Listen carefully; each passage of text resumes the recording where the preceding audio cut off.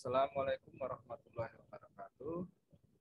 Pada peserta presentasi, saya ucapkan selamat siang dan terima kasih atas kehadiran dan keikutsertaannya pada siang hari ini.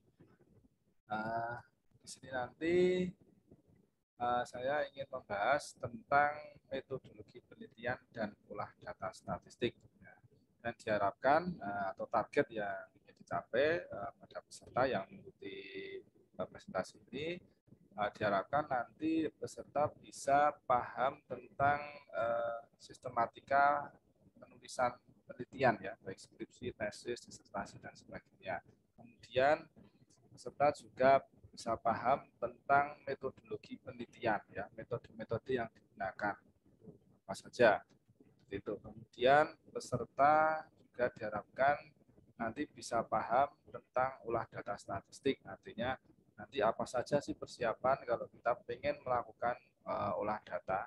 Kemudian nanti juga diharapkan paham tentang program-program apa saja untuk olah data statistik. Itu. Baik, kita mulai. Nah, yang pertama ini format umum susunan laporan penelitian kuantitatif, ya. Di penelitian kuantitatif itu yang menggunakan perhitungan statistik, yang menggunakan program-program olah data. Nah, di sini umumnya ada 5 bab, ya. 5 bab, walaupun ada juga yang 4 bab, 6 bab seperti itu, ya.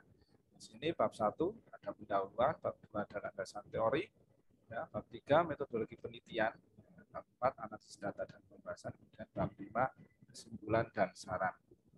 Nah, di sini kita akan membahas satu persatu, ya. Metodologi penelitian. Nah, untuk metodologi penelitian itu di sistematika penulisan itu biasanya ada di bab 3, ya. Itu ada, di sini saya membagi ada 6, ya. Walaupun mungkin untuk penelitian bisa beda-beda, ya.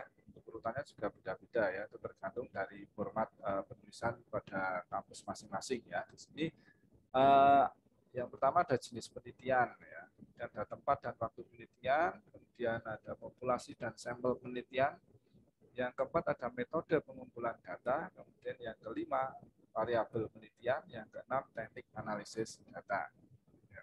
Baik, saya akan membahas satu persatu untuk metodologi penelitian, ya. Sini jenis penelitian. Nah, untuk jenis penelitian itu ada 2, ya. Penelitian kuantitatif dan kualitatif, ya. Kalau kuantitatif itu yang menggunakan perhitungan statistik, ya. Biasanya menggunakan program-program olah data, ya.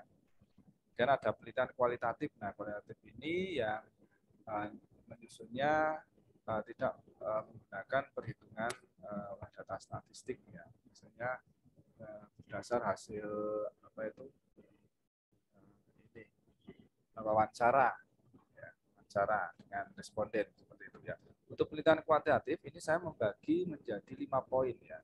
Yang pertama penelitian deskriptif. Nah, penelitian deskriptif ini yang paling sederhana, ya, karena dia hanya mendeskripsikan masing-masing variabel, jadi tidak menghubungkan antara 2 atau lebih variabel, ya. Di sini ada analisis deskriptif, analisis frekuensi, dan ekspor. Nah, di sini yang dicari seperti nilai rata-rata, nilai minimal, maksimal, standar deviasi, dan sebagainya. Yang kedua ada penelitian komparatif. Ini penelitian tentang perbandingan, yang biasanya judulnya menggunakan analisis perbedaan. Nah, seperti itu. Untuk alat analisis sendiri, ada bahan sampel t-test, independent sampel t-test, Mer sampel t-test, one way ANOVA, two way ANOVA. Nah, ini untuk alat untuk programnya biasanya yang dipakai SPSS, ya, seperti itu. Dan yang ketiga ada penelitian asosiatif. Nah, penelitian asosiatif ini penelitian hubungan atau korelasi, yang biasanya judulnya menggunakan kalimat analisis hubungan, analisis hubungan variabel A terhadap B, seperti itu. Nah, untuk alat analisis sendiri ada korelasi person, ya, person Casimir, eta A, korelasi Superman. Nah, itu programnya yang dipakai SPSS untuk penelitian asosiatif, ya. Yang keempat, nah ini yang paling banyak, yang paling umum digunakan, ya, untuk penelitian ekonomi dan sosial. Nah, penelitian kausalitas, ya, penelitian pengaruh, tentunya yang bisa menggunakan analisis pengaruh variabel apa terhadap apa, gitu kan. Nah, alat analisisnya yang dipakai regresi linier, ya. Ini yang paling banyak ya ini ya. Ada juga regresi logistik, regresi nominal, regresi ordinal. Kemudian ada CBSEM, SEM-PLS. Nah, ini menggunakan program khusus ya, Amos, Israel, SmartPLS. Nah, itu yang analisis SEM ya. Ini ada regresi data panel, itu juga ada program khusus ya. Ada programnya namanya FUSE, ada Stata. Yang kelima ini penelitian eksperimen. Itu alat khususnya ada pair sample t-test, independent sample t-test, 1B, 1A. Itu lanjut. Metode pengumpulan data. Nah, ini cara-cara mengumpulkan data ya. Di sini saya membagi ada 4 ya. Wawancara, observasi, angket atau kuesioner, kemudian studi dokumen. Nah, penelitian kuantitatif sendiri biasanya yang dipakai yang metode angket atau kuesioner dengan skala Likert biasanya ya, yang setuju, tidak setuju ya. Yang keempat itu studi dokumen. Itu data sekunder ya, data sekunder perusahaan biasanya ya. Itu juga banyak digunakan ya. Oke, selanjutnya teknik sampling. Untuk teknik sampling sendiri ini adalah jenis-jenis teknik samplingnya ya. Ada 2 ya, random sampling dan non random sampling. Nah, random sampling itu yang diambil secara acak ya. Misal dalam satu kelas diambil beberapa orang secara acak. Kalau non random sampling itu yang tidak acak, jadi menggunakan kriteria-kriteria tertentu. Ini yang banyak digunakan juga probability sampling ya. Random sampling ini juga banyak digunakan dalam penelitian. Ini teknik penentuan jumlah sampel. Jadi dalam penelitian kita harus menghitung, kita harus menentukan berapa sih jumlah sampel, jumlah responden kalau kita menggunakan data kuesioner, atau jumlah data perusahaan, data tahun itu kalau kita menggunakan data sekunder ya. Ini yang dipakai ada rumus Slovin. Ini banyak sekali dipakai ya rumus Slovin. Rumus Slovin itu dipakai kalau populasi diketahui. Ya. Misal di sini populasinya 1000 ya, 1000 orang gitu kan. Nah, maka akan didapatkan jumlah sampelnya 286 dengan perhitungan rumus Slovin ya. Nah, lalu kalau respondennya tidak diketahui atau jumlah populasi yang sangat banyak atau tidak terbatas, nah itu kita bisa menggunakan rumus unknown population. Nah, ini dari Ridwan. Ya, di sini jumlah sampelnya 96. Nah, biasanya itu 100 ya, biasanya digunakan 100. Itu untuk populasi yang memang kita tidak tahu atau sangat sulit karena mungkin terlalu banyak. Nah, seperti itu. Kita bisa menggunakan minimal 100. Nah, ini untuk teknik analisis data atau urutan analisis data statik yang akan dilakukan. Nah, sebagai contoh, misal menggunakan analisis regresi linear dengan data kuesioner. Nah, ini urut-urutannya ya. Dari pertama uji validitas dan reliabilitas. Nah, ini biasanya wajib dilakukan kalau data kita pakai kuesioner ya, kualitas reliabilitas. Kemudian yang kedua ada analisis deskriptif. Ini juga biasanya wajib dilakukan ini ya. Deskriptif variabel, kemudian ada deskriptif karakteristik responden. Ya, yang ketiga ini uji prasyarat ya. Jadi kalau regresi linier itu uji prasyaratnya ada namanya uji asumsi klasik. Uji klasik regresi itu kalau data kuesioner itu ada 3 ya, normalitas residual, multikoleritas, dan uji heteroskedasitas. Nah, kemudian barulah dibahas analisis regresi linear. Kalau variabel independennya lebih dari 1 itu namanya regresi linear berganda. Kalau independennya cuma 1 itu namanya regresi linear sederhana. Nah, ini juga urut-urutannya dalam regresi linear itu ada persamaan regresi linear, kemudian ada pengujian uji T namanya ya, uji secara parsial atau sendiri. Kemudian ada uji F, ya, uji secara sama-sama atau uji simultan. Ya. Kemudian ada analisis koefisien determinasi atau R square, R kuadrat. Seperti itu. Nah, kalau ini urutan analisis data pakai program SmartPLS, yang SEM-PLS. Nah, ini ada 2 ya. Kalau data kuesioner itu yang Nomor satu ini yang wajib ya, ada namanya uji outer model, itu uji convergent validity. Ini sama dengan yang di SPS ya, uji validitas. Kemudian ada uji reliabilitas, kemudian ada uji nilai AP, kemudian ada uji diskriminan validity. Nah, kemudian baru dilanjutkan uji inner model, yaitu uji hubungan antar variabel ya, independen terhadap dependen gitu kan. Ada analisis koefisien determinasi ya, atau R square, kemudian ada uji pengaruh, 4 koefisien. Nah, ini tahap persiapan dalam pengolahan data. Nah, ini adalah langkah-langkah atau apa yang harus kita persiapkan kalau kita ingin mengolah data. Ya. Yang pertama jelas kita harus mempersiapkan data. Kalau data kita kuesioner, ya berarti kita harus membuat kuesioner, kemudian kita menyebar ke responden. Gitu kan. Kalau data kita laporan keuangan, ya berarti kita harus mengambil di perusahaan, gitu kan, atau mungkin di lewat internet. Nah, seperti itu. Barulah nanti yang kedua, data tersebut harus kita input di Excel dalam bentuk variabel jadi. Dalam artian nanti tinggal copy paste di program olah data. Seperti itu. Nah, yang selanjutnya, yang ketiga adalah penggunaan program olah data statistik. Nah, kita harus memilih program apa yang cocok. Gitu ya. Misal pakai SPSS atau pakai FIUS, Lisrel, Amos, dan sebagainya. Nah, selanjutnya jika sudah menentukan program olah data, barulah kita harus tahu teknik analisis datanya, yaitu urutan-urutannya ya. Misal dari uji validitas, reliabilitas, kemudian ada ujian analisis deskriptif, uji asumsi klasik, korelasi, regresi. Nah, itu harus kita tentukan. Nah, ini penentuan program olah data. Nah, ini untuk penelitian kausalitas atau pengaruh ya, karena memang untuk penelitian yang ekonomi dan sosial itu memang kebanyakan kausalitas ya, atau pengaruhnya. Nah, ini ada beberapa program. Nah, di sini maksudnya kelebihan-kelebihannya.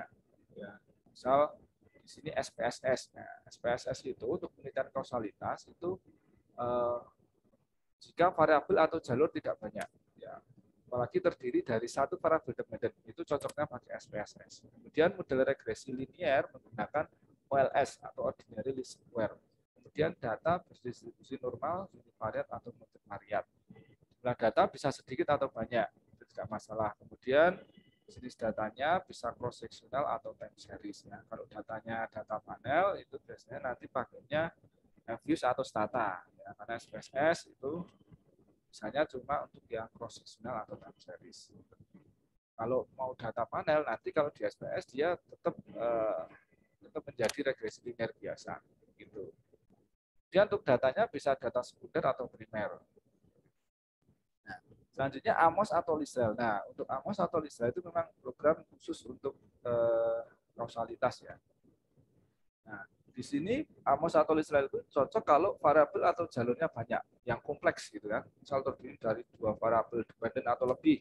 Kemudian ada variabel moderating, ada variabel intervening. Nah, pokoknya yang kompleks, yang banyak variabelnya, banyak jalurnya, nah itu biasanya cocoknya pakai Amos atau Lisrel. Ya.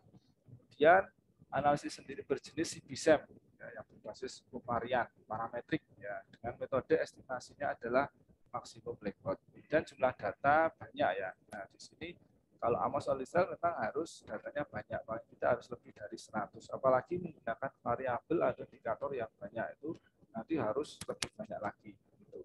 Kalau datanya sedikit kurang dari 100 itu nanti biasanya pakainya yang SEM PLS, Smart PLS gitu ya. Kemudian untuk data berdistribusi normal secara multivariat.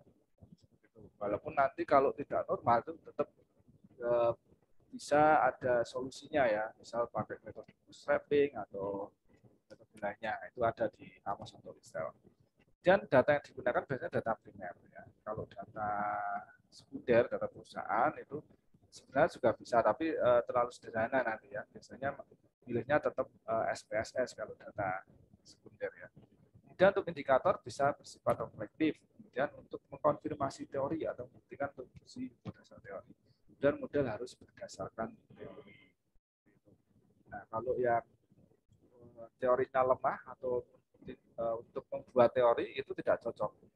Saya nanti pakainya SMPLS, ya. Smart PLS itu yang cocok kalau memang tidak berdasar teori atau kita ingin membuat teori atau teorinya lemah seperti itu. Nah, ini Smart PLS ya. Nah, Smart PLS itu sama dengan AMOS ya, variabel atau jalur bisa banyak. Ya, itu yang pokoknya modelnya yang kompleks itu cocok ya. Nah, kelebihannya lagi kalau Smart PLS itu bisa mencari pengaruh antar variabel plus sekaligus antar dimensi terhadap variabel dependen. Ya, nanti anak panahnya bisa lebih banyak karena bisa mengukur langsung sekalian dimensi terhadap variabel dependen seperti itu. Kemudian untuk model estimasinya VBSEM ya, yang berbasis kovarian non parametrik ya, dengan metode estimasinya PLS partial least square. Untuk jumlah data bisa sedikit atau banyak. Nah, ini kelebihannya kalau untuk yang kurang dari 100 ya, itu cocok pakai Smart PLS. Kemudian tidak ada uji asumsi normalitas, multikolonialitas, dan bonus COVID. Ya, karena metodenya adalah non parametrik. Simple, ya, simple datanya. Kemudian data primer, ya, data kuesioner yang cocok digunakan. Kalau data sekunder tetap bisa, nah, tapi biasanya nanti ya hasilnya akan sederhana. Biasanya lebih memilih pakai SPS kalau data sekunder. Gitu. Untuk indikator bisa bersifat reflektif atau normatif. Dan untuk tujuan prediktif, nah, mencari hubungan linear prediktif antar variabel konstruk atau untuk membentuk teori kausalitas. Dan model bisa dibentuk tanpa dasar teori. Nah, ini bedanya dengan AMOS tadi ya. Jadi kalau Smart PLS ini dia bisa untuk membuktikan teori atau bisa untuk membentuk teori. Jadi untuk yang dasar teori lemah itu cocoknya yang SMPLS. Nah, yang terakhir ini FViews. Nah, FViews ini cocoknya untuk regresi data panel, di mana nanti akan ada 3 model yang terpilih. Ya, 3 model yang terpilih. Nah, di mana kalau SPSS dia kan cuma metodenya satu ya, ordinary least square. Sedangkan FViews ini dia ada 3 model, di mana nanti harus menentukan ada uji pemilihan model yang terbaik. Ya, makanya FViews itu memang lebih cocok kalau menggunakan regresi data panel. Data panel itu maksudnya dia ada beberapa perusahaan dan ada beberapa periode, beberapa tahun nih, bisa pakai tahun. Baik, itu saja presentasi dari kami. Ya, mohon maaf. Assalamualaikum warahmatullahi wabarakatuh.